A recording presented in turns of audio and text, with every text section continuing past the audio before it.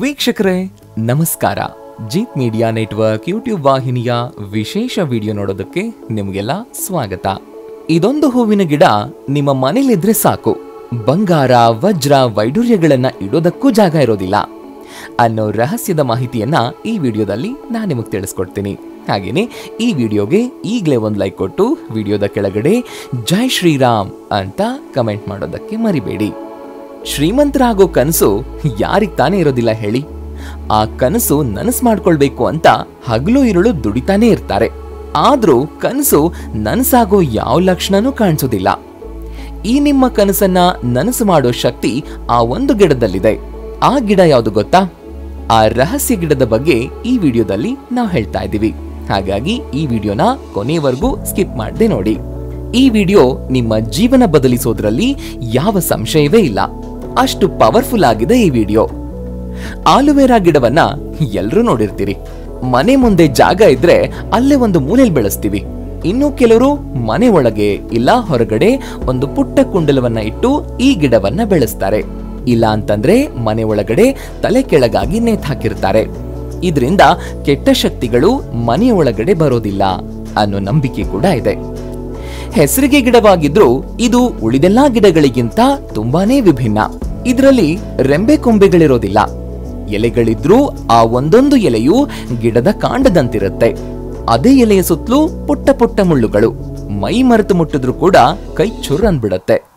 ಹಾಗಾದ್ರೆ ಈ ಗಿಡದ ಉಪಯೋಗ ಏನೂ ಇಲ್ಲ ಅಂತ ನಿರ್ಲಕ್ಷ್ಯ ಮಾಡೋದಕ್ಕೆ ಹೋಗ್ಬೇಡಿ. ಈ ಗಿಡ ಅದೆಷ್ಟು ಆರೋಗ್ಯ ಸಮಸ್ಯೆಗಳಿಗೆ ಔಷಧಿಯಾಗಿದೆ. ಅದರಲ್ಲೂ ಚರ್ಮದ ಹಾಗೂ ಮುಖದ ಕಾಂತಿಗೆ ರಾಮಬಾಣದಂತೆ ಕೆಲಸ ಮಾಡುತ್ತೆ. ಇದಿಷ್ಟು ಎಲ್ರಿಗೂ ಗೊತ್ತಿರೋ ವಿಷಯ. ಇದ್ರಲ್ಲೇನ್ ವಿಶೇಷ ಅಂತಿದ್ದೀರಾ? ವಿಶೇಷ ಇದೆ ಕಣ್ರಿ.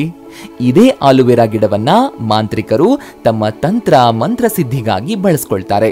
ಯಾರಾದ್ರೂ ಶತ್ರುಗಳ ಕಾಟದಿಂದ ರೋಸಿ ಹೋಗಿದ್ದಲ್ಲಿ, ಯಾರಾದ್ರೂ ಸಂಮೋಹನಕ್ಕೆ ಒಳಗಾಗಿದ್ದಲ್ಲಿ ಅದರಿಂದ ಮುಕ್ತಿ ಕೊಡಿಸೋದಕ್ಕೆ ಹಾಗೂ ಒಂದೊಂದು ಪೈಸೆಗೂ ಒದ್ದಾಡ್ತಾ ಇದ್ದಲ್ಲಿ ಇದೇ ಆಲುವೆರಾ ಗಿಡದಿಂದ ಅವರ ಒಂದೊಂದು ಸಮಸ್ಯೆಗೂ ಮುಕ್ತಿ ಕೊಡಿಸಲಾಗುತ್ತೆ. ನಿಮಗೂ ಅಂಥದ್ದೇನಾದ್ರೂ ಸಮಸ್ಯೆ ಇದ್ರೆ ಈ ವಿಡಿಯೋನ ಕೊನೆ ತನಕ ಸ್ಕಿಪ್ ಮಾಡದೆ ನೋಡಿ. ಇದೇ ವಿಡಿಯೋದಲ್ಲಿ ನಾವು ಹೇಳ್ತಾ ಇದ್ದೀವಿ ಅತ್ಯಂತ ಸುಲಭವಾದ ಪರಿಹಾರ. ನಿಮಗ್ ಗೊತ್ತಾ ವೀಕ್ಷಕರೇ, ಆರೋಗ್ಯವಂತನಾಗಿರುವ ಮನುಷ್ಯನಿಗೆ ಒಮ್ಮಿಂದೊಮ್ಮೆಲೆ ಚಿತ್ರ ವಿಚಿತ್ರ ರೋಗಗಳು ಕಾಣಿಸ್ಕೊಳ್ಳೋದಕ್ಕೆ ಶುರುವಾಗುತ್ತೆ. ಯಾವ ಚಿಕಿತ್ಸೆಗಳನ್ನ ಕೊಟ್ಟರೂ ಕೂಡ ಎಲ್ಲವೂ ವ್ಯರ್ಥ ಆಗ್ತಾ ಇರುತ್ತೆ. ಹೀಗೆಲ್ಲ ಆಗೋದಕ್ಕೆ ಕಾರಣ ಏನಿರಬಹುದು ಅಂತ ಯಾವತ್ತಾದ್ರೂ ಯೋಚನೆ ಮಾಡಿದ್ದೀರಾ? ಇದಕ್ಕೆಲ್ಲ ಕಾರಣ ನಮ್ಮ ದೇಹದಲ್ಲಿರುವ ನಕಾರಾತ್ಮಕ ಶಕ್ತಿ. ಇದೇ ಶಕ್ತಿ ದುಷ್ಟಶಕ್ತಿಗಳನ್ನ ಹಿಡಿದಿಟ್ಕೊಂಡಿರುತ್ತೆ. ಅದರ ಪರಿಣಾಮವೇ ದೊಡ್ಡ ದೊಡ್ಡ ಕಾಯಿಲೆಗಳು. ಹಾಗಿದ್ರೆ ಏನ್ ಮಾಡಬೇಕು? ದುಷ್ಟಶಕ್ತಿಗಳಿಂದ ದೂರ ಹೇಗಿರ್ಬೇಕು ಅನ್ನೋ ಪ್ರಶ್ನೆ ನಿಮ್ಮದಾಗಿದ್ರೆ ಇದಕ್ಕೂ ಮುಂದೆ ಉತ್ತರವನ್ನ ಹೇಳ್ತೀವಿ, ಕೇಳಿಸ್ಕೊಳ್ಳಿ. ನಮ್ಮ ಈ ದೇಹ ಇದೆಯಲ್ಲ, ಇದು ಪಂಚತತ್ವಗಳಿಂದ ರೂಪುಗೊಂಡಿರುತ್ತೆ. ಅದರಲ್ಲೂ ಮಣಿಪುರ ಚಕ್ರ ಪ್ರಮುಖವಾಗಿರೋದು. ಈ ಚಕ್ರದಲ್ಲಿ ಅಗ್ನಿ ತತ್ವ ಪ್ರಮುಖವಾಗಿದೆ.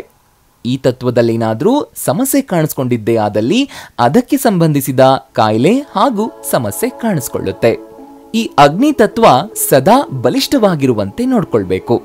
ಇದು ಏನಾದ್ರೂ ದುರ್ಬಲ ಆಗಿದ್ದೇ ಆದಲ್ಲಿ ಆ ವ್ಯಕ್ತಿಗೆ ದುಡ್ಡಿನ ಸಮಸ್ಯೆ ತಪ್ಪಿದ್ದಲ್ಲ. ಪೈಸೆಗೂ ಒದ್ದಾಡೋ ಜನ ಸಾಲದ ಸುಳಿಯಲ್ಲಿ ಸಿಕ್ಕಾಕೊಂಡು ಒದ್ದಾಡ್ತಿರ್ತಾರೆ. ಇನ್ನು ಮಣಿಪುರ ಚಕ್ರ ದುರ್ಬಲ ಆಗಿದ್ದಲ್ಲಿ ಆ ವ್ಯಕ್ತಿಯ ಹೃದಯ ಕೂಡ ದುರ್ಬಲ ಆಗೋಗಿರುತ್ತೆ. ಅಲ್ಲದೆ ಹೃದಯಕ್ಕೆ ಸಂಬಂಧಿಸಿದ ಅನೇಕ ಸಮಸ್ಯೆಗಳನ್ನ ಆತ ಎದುರಿಸ್ತಾ ಇರ್ತಾನೆ. ಇದರ ಜೊತೆಗೆ ರಕ್ತ ಸಂಬಂಧಿ ಸಮಸ್ಯೆಗಳು ಆತನಿಗೆ ನಿರಂತರವಾಗಿ ಕಾಡುತ್ತೆ. ಹಾಗೇನೆ ಆತಂಕ, ಭಯ, ಒತ್ತಡ ಆತನಿಗೆ ಗೊತ್ತಿಲ್ಲದಂತೆ ಆತನನ್ನ ಸುತ್ತುವರೆದುಕೊಂಡಿರುತ್ತೆ. ಮಾನವನ ದೇಹದೊಳಗೆ ಕುಂಡಲಿನಿ ಅನ್ನೋ ಅದೃಶ್ಯ ಶಕ್ತಿಯೊಂದು ಪ್ರಶಾಂತವಾಗಿ ನಿದ್ರಿಸುತ್ತಿರುತ್ತೆ. ಎಲ್ಲಿ ತನಕ ನಾವು ಅದನ್ನ ಎಚ್ಚರಗೊಳಿಸುವುದಿಲ್ಲವೋ ಅಲ್ಲಿ ತನಕವೂ ಅದು ನಿದ್ರಾಸ್ಥಿತಿಯಲ್ಲೇ ಇರುತ್ತೆ. ಇದು ಎಚ್ಚರವಾಗಬೇಕು ಅಂತಂದ್ರೆ ನಾವು ಧ್ಯಾನ, ಯೋಗ, ಪ್ರಾಣಾಯಾಮಗಳನ್ನ ನಿಯಮಿತವಾಗಿ ಮಾಡ್ತಾ ಇರಬೇಕು. ಈ ಕುಂಡಲಿನಿಯ ಶಕ್ತಿ ಎಚ್ಚರಗೊಂಡಿದ್ದೇ ಆದಲ್ಲಿ ನಮ್ಮ ಜೀವನವನ್ನೇ ಸಂಪೂರ್ಣವಾಗಿ ಬದಲಾಯಿಸಿರುತ್ತೆ.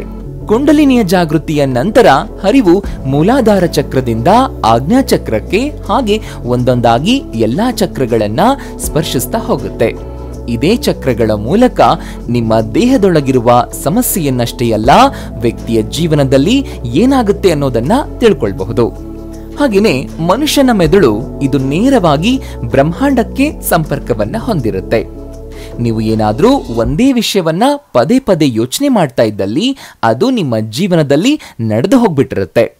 ಉದಾಹರಣೆಗೆ, ಯಾರಾದ್ರೂ ಚಿಂತೆ, ಭಯ, ದುಗುಡದ ಬಗ್ಗೆ ಹೆಚ್ಚು ಯೋಚನೆ ಮಾಡ್ತಾ ಇದ್ದಲ್ಲಿ ಅವರ ಜೀವನದಲ್ಲಿ ಎಷ್ಟೇ ಖುಷಿ ಇದ್ರೂ ಕೂಡ ಚಿಂತೆ, ಭಯದಲ್ಲೇ ದಿನವನ್ನ ಕಳೀತಾ ಇರ್ತಾರೆ. ಇನ್ನು ಕೆಲವರಿಗೆ ಮೈ ತುಂಬಾ ಕಷ್ಟಗಳಿರುತ್ತವೆ, ಆದ್ರೂ ಖುಷಿಯಾಗಿ ದಿನವನ್ನ ಕಳೀತಾ ಇರ್ತಾರೆ. ಅವರನ್ನ ನೋಡಿದ್ರೆ ಯಾವ ಸಮಸ್ಯೆ ಇಲ್ಲ ಅಂತ ಅನಿಸ್ಬಿಡುತ್ತೆ. ಅದಕ್ಕೆ ಕಾರಣ ಅವರು ಶ್ರದ್ಧೆ ಭಕ್ತಿಯಿಂದ ದೇವರ ಧ್ಯಾನವನ್ನ ಮಾಡೋದು. ಅದಕ್ಕೆ ತಾನೇ ದೊಡ್ಡವರು ಹೇಳೋದು ಭಕ್ತಿಯಲ್ಲಿ ತುಂಬಾ ಶಕ್ತಿ ಇದೆ ಅಂತ. ಕೇಳಿಸ್ಕೊಂಡ್ರಾ? ಭಕ್ತಿಯಿಂದ ಅಸಾಧ್ಯವಾಗಿರೋದೆಲ್ಲ ಹೇಗೆ ಸಾಧ್ಯ ಆಗುತ್ತೆ ಅಂತ. ಇನ್ನು ಆಲೋವೆರಾ ಗಿಡದಿಂದ ನಿಮ್ಮ ಜೀವನದಲ್ಲಿ ಎದುರಾಗಿರುವ ಸಮಸ್ಯೆಯಿಂದ ಹೇಗೆ ಮುಕ್ತಿ ಪಡಿಬಹುದು ಅನ್ನೋದನ್ನ ಹೇಳ್ತೀವಿ, ಕೇಳಿ. ಆಲೋವೆರಾ ಗಿಡದ ಬಗ್ಗೆ ನಾವು ನಿಮಗೆ ಈಗಾಗಲೇ ಹೇಳಿದ್ದೀವಿ. ಇದೇ ಗಿಡದಲ್ಲಿ ಪುಟ್ಟ ಪುಟ್ಟ ಹೂ ಅರಳುತ್ತೆ. ಅದನ್ನು ಯಾವತ್ತಾದ್ರೂ ನೋಡಿದೀರಾ? ಸಾಮಾನ್ಯವಾಗಿ ಈ ಗಿಡದ ಹೂವು 3 ರಿಂದ 4 ವರ್ಷಕ್ಕೊಮ್ಮೆ ಬಿಡುತ್ತೆ. ಹಾಗಂತ ಎಲ್ಲ ಗಿಡದಲ್ಲೂ ಈ ಹೂವು ಅರಳೋದಿಲ್ಲ. 7 ರಿಂದ 8 ವರ್ಷದ ಹಳೆಯ ಆಲೋವೆರಾ ಗಿಡದಲ್ಲಿ ಮಾತ್ರ ಈ ಹೂಗಳು ಅರಳೋದು. ಈ ಹೂವು ಉಳಿದೆಲ್ಲಾ ಗಿಡಗಳ ಹೂಗಳಿಗಿಂತ ವಿಭಿನ್ನವಾಗಿರುತ್ತೆ. ಇದೇ ಹೂವನ್ನ ಮಾಂತ್ರಿಕರು ತಂತ್ರಮಂತ್ರ ಮಾಡುವಾಗ ತಪ್ಪದೆ ಬಳಸ್ತಾರೆ. ಇದಕ್ಕೆ ಕಾರಣ ಈ ಹೂವಿನಲ್ಲಿರುವಂತಹ ಶಕ್ತಿ. ಈ ಹೂವನ್ನೇನಾದ್ರೂ ನೀವು ಯಾರಿಗಾದ್ರೂ ತಿನ್ಸಿದ್ರಿ ಅಂತ ಅನ್ಕೊಳ್ಳಿ, ಇದನ್ನ ತಿಂದವರು ನೀವು ಹೇಳ್ದಂತೆ ಕೇಳ್ಕೊಂಡಿರ್ತಾರೆ. ನೀವು ಹೇಳಿದ್ದಕ್ಕೆಲ್ಲ ತಲೆ ಆಡಿಸ್ತಾ ಇರ್ತಾರೆ. ನಿಮಗೇನಾದ್ರೂ ಈ ಹೂವು ಕಾಣಿಸಿದ್ದೇ ಆದಲ್ಲಿ ತಕ್ಷಣವೇ ಈ ಹೂವನ್ನ ತಂದು ಮನೆಯಲ್ಲಿಟ್ಕೊಂಡ್ಬಿಡಿ. ಈ ಹೂವನ್ನ ಮನೆಗೆ ತಂದಾಕ್ಷಣ ಮನೆಯಲ್ಲಿರುವ ಲಕ್ಷ್ಮೀ ಚಿತ್ರಪಟಕ್ಕೆ ಅಥವಾ ಮೂರ್ತಿಗೆ ಇದನ್ನ ಭಕ್ತಿಯಿಂದ ಪ್ರಾರ್ಥನೆ ಮಾಡಿಕೊಂಡು ಅರ್ಪಿಸ್ಬಿಡಿ. ಹಾಗೇನೆ ಈ ಮಂತ್ರವನ್ನ ತಪ್ಪದೆ 21 ಬಾರಿ ಪಠಿಸಿ. ಓಂ ಶ್ರೀಂ ಶ್ರೀಯೇ ನಮಃ. ಈ ಮಂತ್ರವನ್ನ ಎಲ್ಲಾದ್ರೂ ಬರೆದಿಟ್ಕೊಂಡು ನಂತರ ಪಠಿಸಿ. ಆಲೋವೆರಾ ಗಿಡದ ಹೂವು ಯಾರಿಗೆ ಸಿಗುತ್ತೋ ಅವರು ಅದೃಷ್ಟವಂತರಾಗೋದು ನಿಸ್ಸಂದೇಹ. ಹಾಗಂತ ಈ ಹೂವು ಪ್ರತಿಯೊಬ್ಬರ ಕಣ್ಣಿಗೂ ಬೀಳೋದಿಲ್ಲ. ಕೆಲವು ಜನರ ಕಣ್ಣಿಗೆ ಮಾತ್ರ ಕಾಣಿಸುತ್ತೆ. ಈ ಹೂವು ಅಪರೂಪದ ಹೂವಾಗಿದ್ದು ಇದರಲ್ಲಿ ಪುಟ್ಟ ಪುಟ್ಟ ಬೀಜಗಳಿರುತ್ತವೆ. ಆಮೇಲೆ ಕೆಂಪು ಬಣ್ಣದ ಕಾಗದದ ಮೇಲೆ ಇಡಿ. ಹೀಗೆ ಇಟ್ಟಾದ ಮೇಲೆ ಆ ಹೂವಿಗೆ ಕೆಂಪು ಬಣ್ಣದ ಸಿಂಧೂರವನ್ನ ಹಚ್ಚಿ ಈ ಕಾಗದವನ್ನ ಮಡಚಿ ಹೂವಿನ ಸಮೇತ ನೀವು ಆಭರಣ ಇಡುವಂತಹ ತಿಜೋರಿಯಲ್ಲಿ ಜೋಪಾನವಾಗಿ ಇಟ್ಟುಬಿಡಿ. ಹೀಗೆ ಮಾಡೋದ್ರಿಂದ ಲಕ್ಷ್ಮಿ ಸದಾ ನಿಮ್ಮ ಜೊತೆ ನೆಲೆಸಿರ್ತಾಳೆ. ಲಕ್ಷ್ಮಿಯೇ ನಿಮ್ಮ ಜೊತೆ ಇದ್ದ ಮೇಲೆ ಇನ್ನೆಲ್ಲಿ ದುಡ್ಡಿಗಾಗಿ ಪರದಾಟ ಅಲ್ವಾ? ಇನ್ನು ಕೆಲವರು ಶತ್ರುಗಳ ಕಾಟದಿಂದ ರೋಸಿ ಹೋಗಿರ್ತಾರೆ. ಅಂಥವರು ಈ ಆಲೋವೆರಾ ಗಿಡ ಹೂವಿನ ಶಕ್ತಿಯನ್ನ ಬಳಸಿಕೊಂಡು ಶತ್ರುಗಳ ಕಾಟದಿಂದ ಮುಕ್ತರಾಗಬಹುದು. ಅದು ಹೇಗೆ ಅಂತಂದ್ರೆ, ಈ ಆಲೋವೆರಾ ಗಿಡದ ಹೂವನ್ನ ಕಾಮಾಖ್ಯ ದೇವಿಗೆ ಅರ್ಪಿಸಬೇಕು. ಹಾಗೇನೆ 11 ದಿನಗಳ ತನಕ ಓಂ ನಮೋ ಕಾಮಾಖ್ಯ ದೇವಿ ಅಮುಕಮೇಂ ವರ್ಷಂ ಕುರು ಕುರು ಸ್ವಾಹ ಅನ್ನೋ ಮಂತ್ರವನ್ನ ಜಪಿಸಬೇಕು. ಈ ಮಂತ್ರದ ಮಧ್ಯದಲ್ಲಿ ಅಮುಕ ಅನ್ನೋ ಪದವೊಂದು ಬರುತ್ತೆ. ಈ ಪದದ ಬದಲು ನಿಮ್ಮ ಶತ್ರುಗಳ ಹೆಸರನ್ನ ಸ್ಪಷ್ಟವಾಗಿ ಉಚ್ಚರಿಸಿ ಹೇಳಬೇಕು. ಇದೆಲ್ಲ ಮಾಡಿದ ನಂತರ ಆ ಹೂವನ್ನ ನಿಮ್ಮ ಶತ್ರುವಿಗೆ ತಿನ್ನಿಸ್ಬಿಡಿ. ಜನ್ಮ ಜನ್ಮದವರೆಗೂ ನೀವು ಹೇಳದಂತೆ ಅವರು ಕೇಳ್ತಾರೆ. ನಿಮ್ಮ ತಾಳಕ್ಕೆ ತಕ್ಕಂತೆ ಅವರು ಕೇಳ್ತಾರೆ. ಅಷ್ಟೇ ಅಲ್ಲ, ಅವರು ನಿಮ್ಮ ವಿರುದ್ಧ ಏನೇ ಮಸಲತ್ ಮಾಡಿದ್ರೂ ಕೂಡ ಅದೆಲ್ಲವೂ ಕೂಡ ವ್ಯರ್ಥ ಆಗ್ತಾ ಹೋಗುತ್ತೆ.